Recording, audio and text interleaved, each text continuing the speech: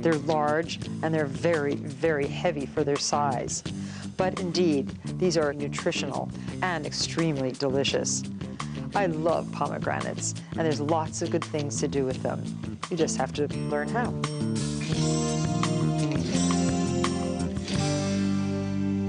One of my favorite ways to start the day is with a big glass of fresh squeezed juice. It can be orange, it can be grapefruit, and it can even be pomegranate. Cut off the top of the pomegranate, and this is the stem end. That's fine, you can leave that.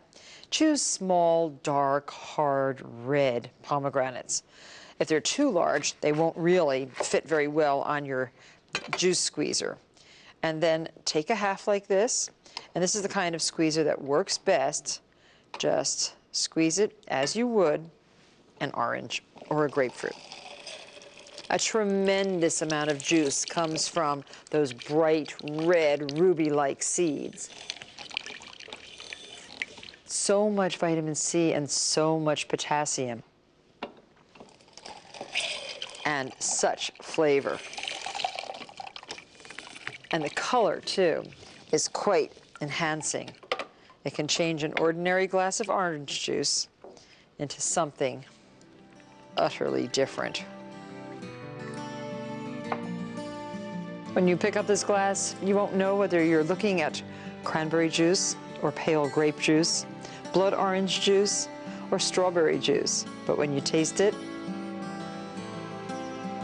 you'll know from the wonderful taste that it's freshly squeezed pomegranate juice. Pomegranate juice, it's a very good thing. Coming up next, learn the secret for tender blueberry scones.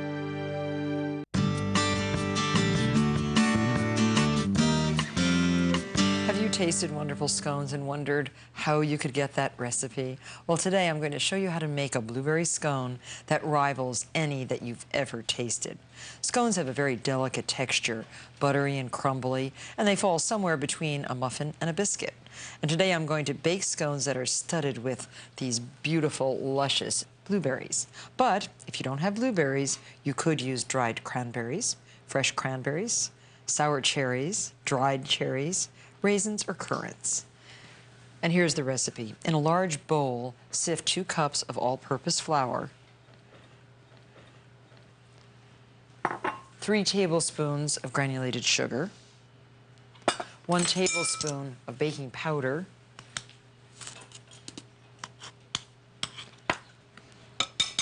and 3/4 of a teaspoon of salt. Sift all these ingredients together. And we're going to cut our butter right into the flour. 6 tablespoons of chilled butter. Use a pastry blender or 2 knives or 2 forks until the largest pieces of butter left are about the size of small peas. And work quickly. You don't want to overmix scone dough. And here you have exactly the texture that you're looking for. Now stir in fresh blueberries that have been well picked over so that you don't have any stems or soft or bad berries in there. So we have 1.5 cups. You could use a fork or your hands like this. And we're also going to add 1 teaspoon of grated lemon zest, finely grated just the yellow part of the rind. Mix that all in too.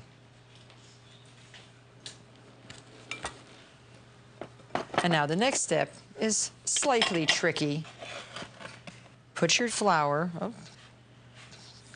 a few errant blueberries, and make a well as if you were going to be making some pasta dough.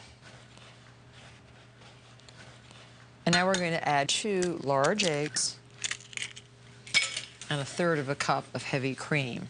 That is exactly 1/3, so we'll add up to 2/3. And I just break the eggs up with a fork.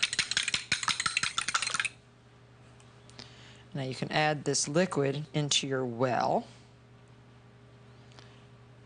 and build up the sides of the well. With your fork, bring in the flour little by little.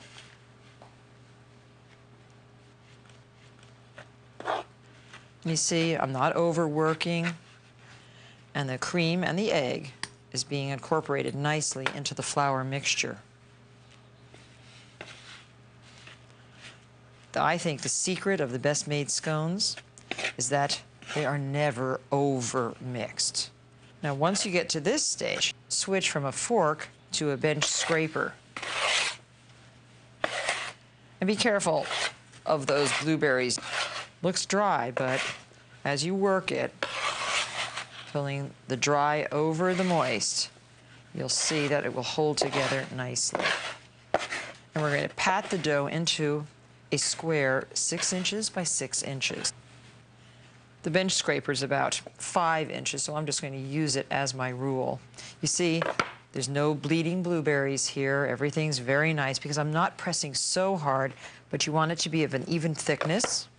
You want it to hold together, but you don't want to compress it. And now cut this into 4 3 by 3 inch squares, and the 3 by 3 inch squares into triangles. Lift this up. I've really kept it as flour-free as possible. Additional flour is just going to toughen up your dough. So here you have the scones all done. And now notice I put these on a Silpat baking liner.